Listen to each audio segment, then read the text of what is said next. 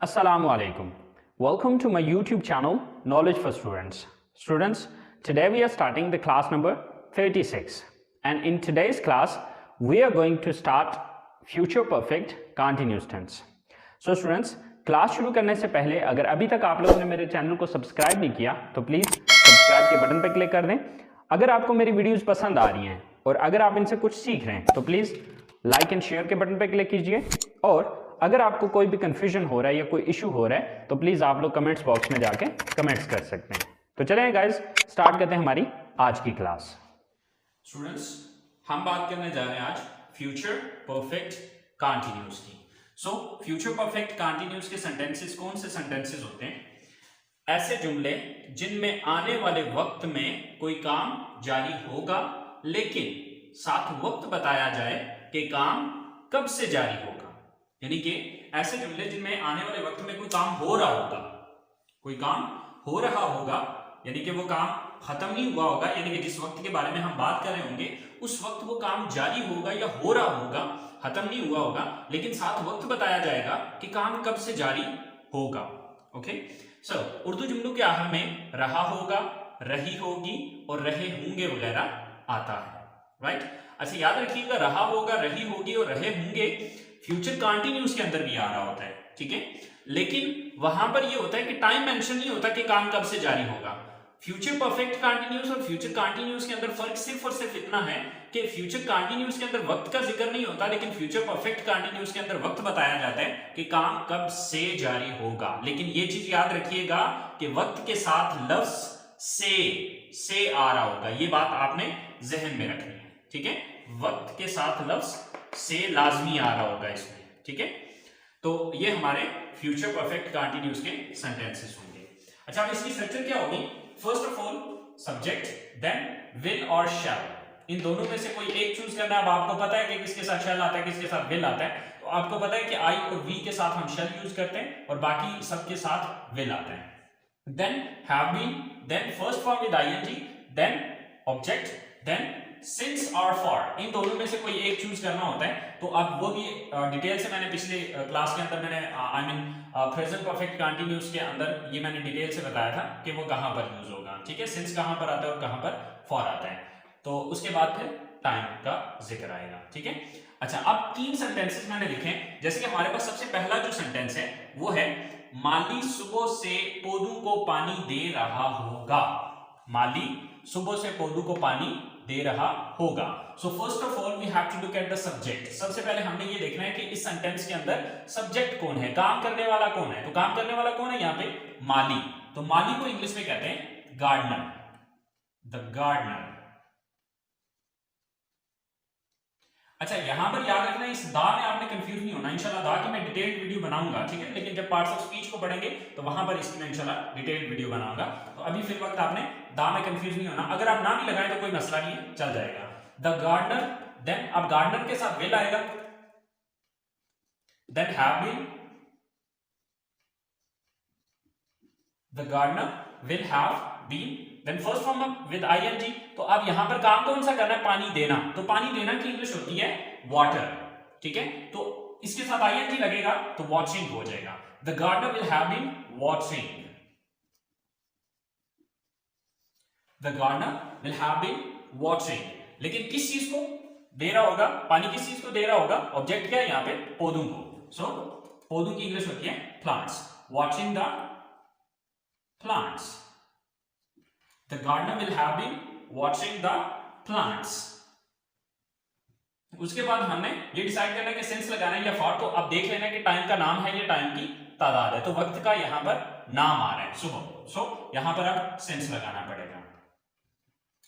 So the gardener will have been watching the plants, watering the plants since morning.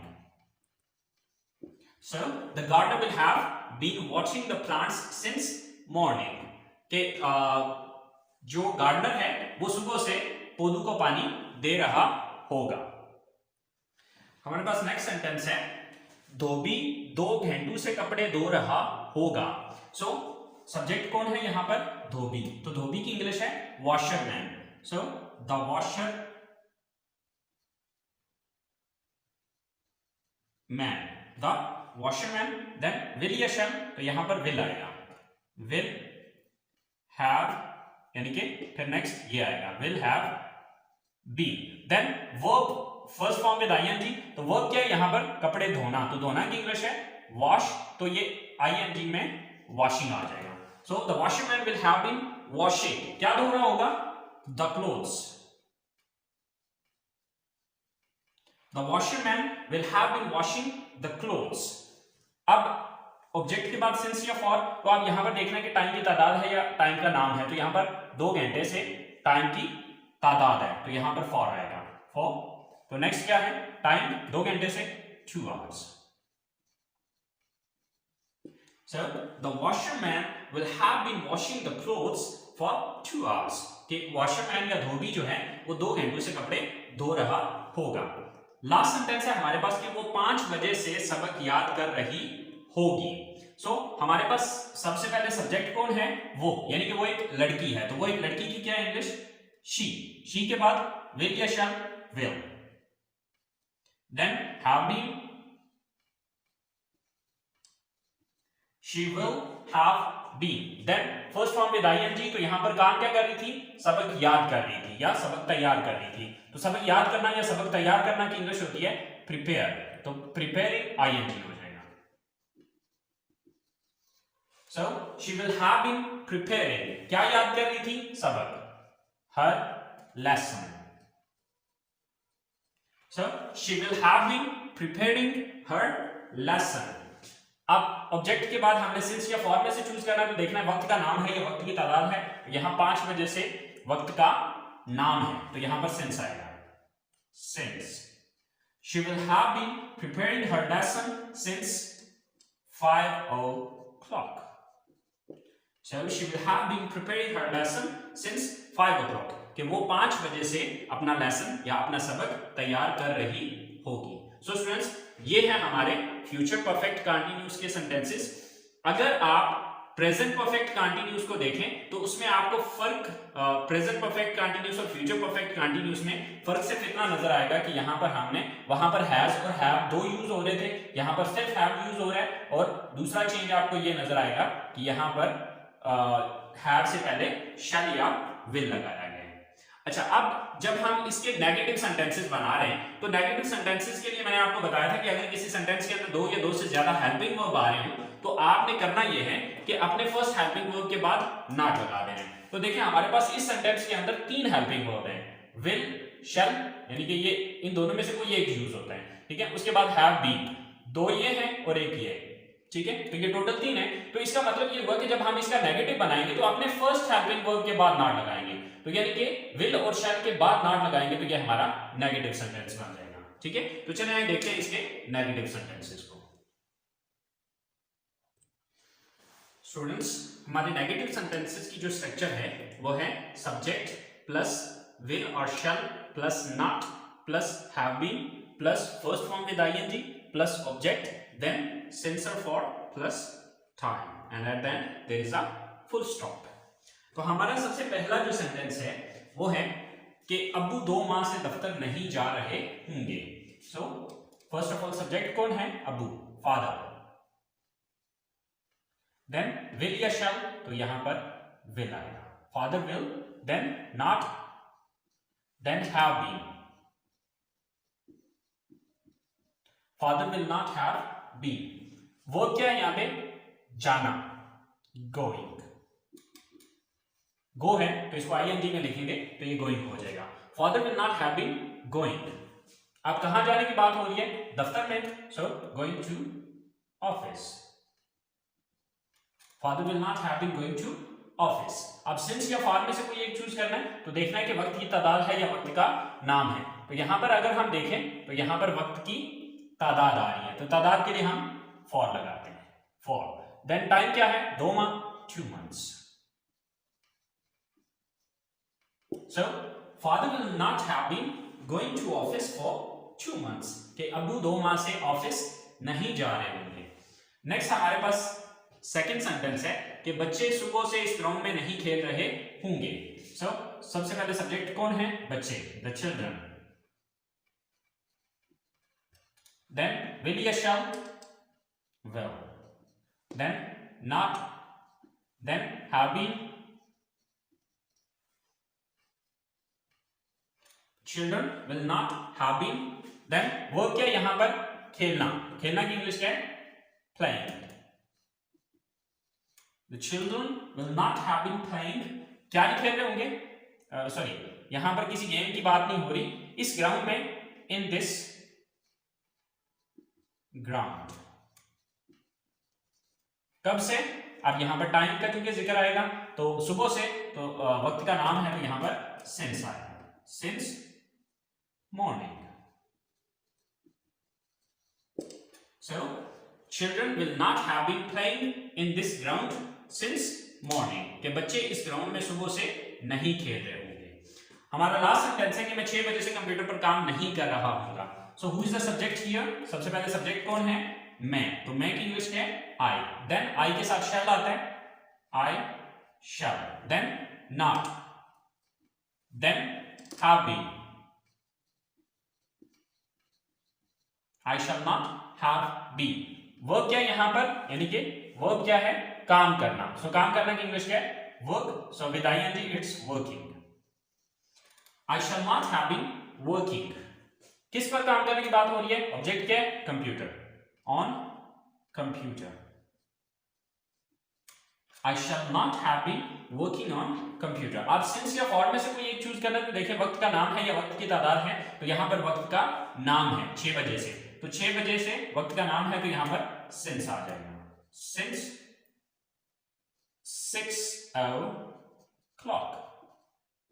So I shall not have been working on computer since 6 o'clock. कि मैं 6 बजे से computer पर काम नहीं कर रहा हूंगा. सो स्टूडेंट्स ये है हमारे नेगेटिव सेंटेंसेस. अब जिस बंदे को नेगेटिव सेंटेंसेस बनाना आ जाते हैं उसके लिए इंटरगेटिव सेंटेंसेस बनाना कोई बड़ी बात नहीं है, कोई प्रॉब्लम नहीं है. उसकी वजह क्या है कि आपको एक फार्मूला बताया हुआ है कि जिस लफ्ज के बाद हमने नेगेटिव में नॉट लगाया होता है उस लफ्ज को उठा के सेंटेंस के शुरू में ले आए. तो यहां पर हमने नॉट किसके बाद लगाया था, यहां पर हमने नॉट यूज किया था शैल और विल के बाद. तो इसका मतलब है इसी शैल और विल को उठा के अगर मैं यहां पर ले आऊंगा तो ये मेरे नेगेटिव सॉरी इंटरगेटिव सेंटेंसेस बन जाएंगे. ठीक है, बाकी स्ट्रक्चर इसी तरह रहेगी. सबसे पहले विल और शैल आएगा प्लस सब्जेक्ट प्लस नॉट खत्म हो जाएगा, then have been plus first form with ing और plus object, then since or for plus time. So ये हमारी इंटरोगेटिव सेंटेंस की स्ट्रक्चर होगी. तो चलिए आइए देखते हैं अपने इंटरोगेटिव सेंटेंसेस को.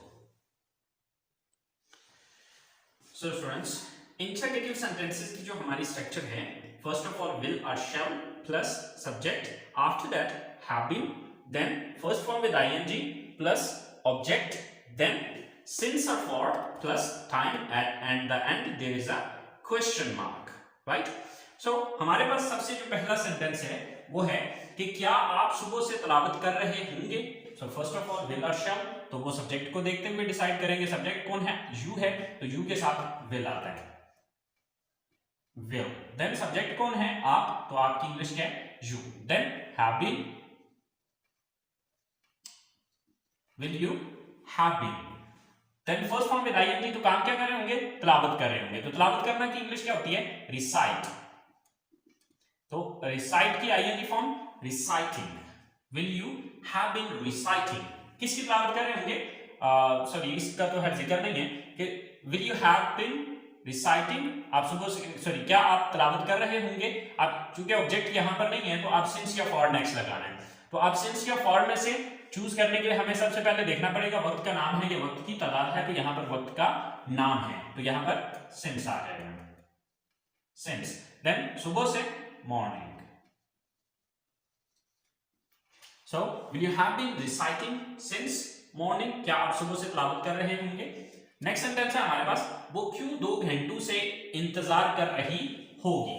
वो क्यों 2 घंटों से इंतजार कर रही होगी. अगर आप इस सेंटेंस को देखें तो यहां पर क्यों एक क्वेश्चन वर्ड आ गया है. तो आपको पता है कि जो क्वेश्चन वर्ड वाले सेंटेंसेस होते हैं उसमें हम क्वेश्चन वर्ड जो है वो सबसे पहले यूज करते हैं, उसके बाद ये स्ट्रक्चर अप्लाई करते हैं. तो अब क्यों की इंग्लिश सबसे पहले लगेगी, क्यों की इंग्लिश क्या है, why.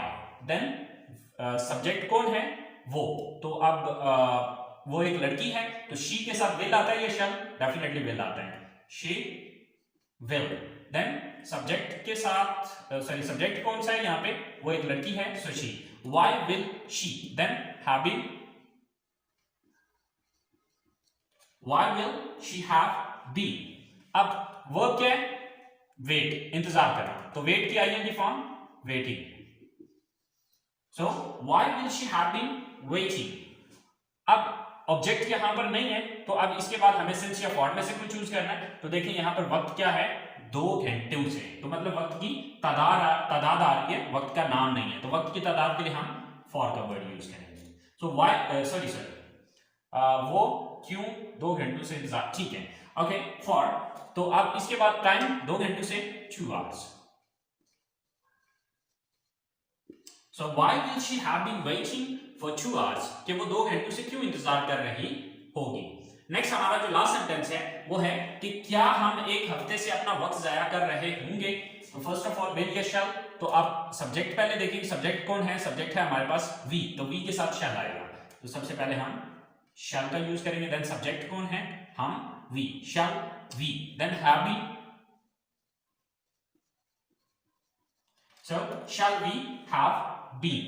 वर्ब क्या है यहां पर, wasting, so shall we have been wasting, क्या जाया करने की बात हो रही है, ऑब्जेक्ट क्या है, अपना वक्त, a time, so will sorry shall we have been wasting a time. अब सिंस या फॉर, तो अब चूंकि वक्त का नाम नहीं है, यहां पर वक्त की तादाद है, एक हफ्ते से, तो एक हफ्ते से वक्त की तादाद है, तो यहां पर मैं क्या यूज करूंगा, फॉर। नेक्स्ट टाइम लगाना है, तो टाइम क्या है, एक हफ्ते से, for 1 week, so shall we have been wasting a time for 1 week, क्या हम एक हफ्ते से अपना वक्त जाया कर रहे होंगे। सो स्टूडेंट्स, ये हमारे फ्यूचर परफेक्ट कंटीन्यूअस के इंटरोगेटिव सेंटेंसेस हैं। आई होप सो आपको पॉजिटिव, नेगेटिव और इंटरोगेटिव सेंटेंसेस की समझ आ गई होगी। अगर फिर भी आपको कोई कंफ्यूजन है, कोई मसला है, कोई चीज जो समझ नहीं आई है, तो आप लोग कमेंट्स में जाके कमेंट्स कीजिए, मैं इंशाल्लाह आपके कमेंट्स का जवाब दे दूंगा, ठीक है। और अगली क्लास तक के लिए आप मुझे इजाजत दीजिए, दुआओं में याद रखिएगा, इंशाल्लाह जिंदगी रही तो अगली क्लास के साथ मुलाकात होगी। अल्लाह हाफिज। हाँ जी, बेरोज़गार हैं, नाकाम हैं, काम नहीं मिला, दिहाड़ी नहीं लगी। अगर आप भी इन सब चीज़ों से परेशान हैं और ऑनलाइन अर्निंग करना चाहते हैं, रियल जेन्युइन अथेंटिक सिस्टम पर काम करना चाहते हैं, मेरे दोस्त मैं भी 1 साल पहले बेरोज़गार था। मैं भी 500-700 हज़ार कमाया करता था, लेकिन इस सिस्टम पे आने के बाद ज़रूरियात के साथ साथ अपनी ख्वाहिशात को भी पूरा किया। और मेरे दोस्त आज की इनकम की बात करूँ तो 75,000 रुपये मैं कमा चुका हूँ सिर्फ आज के दिन। 1 हफ्ते में नहीं, 1 मंथ में नहीं, सिर्फ आज के दिन मैं 75,000 रुपये कमा चुका हूँ, पाकिस्तानी रुपीज़ में बात कर रहा हूँ। अगर आप भी इन सारी बातों से परेशान हैं, एक रियल जेन्युइन अथेंटिक सिस्टम की तलाश में हैं, अभी दिए गए नंबर पे व्हाट्सएप कीजिए और एक फ्री मीटिंग ज्वाइन कीजिए। अगर समझ आया तो बिस्मिल्लाह, ना समझ आया तो जज़ाकल्लाह। 2 ही बातें हैं, तीसरी तो कोई बात है नहीं। थैंक यू सो मच, जज़ाकल्लाह।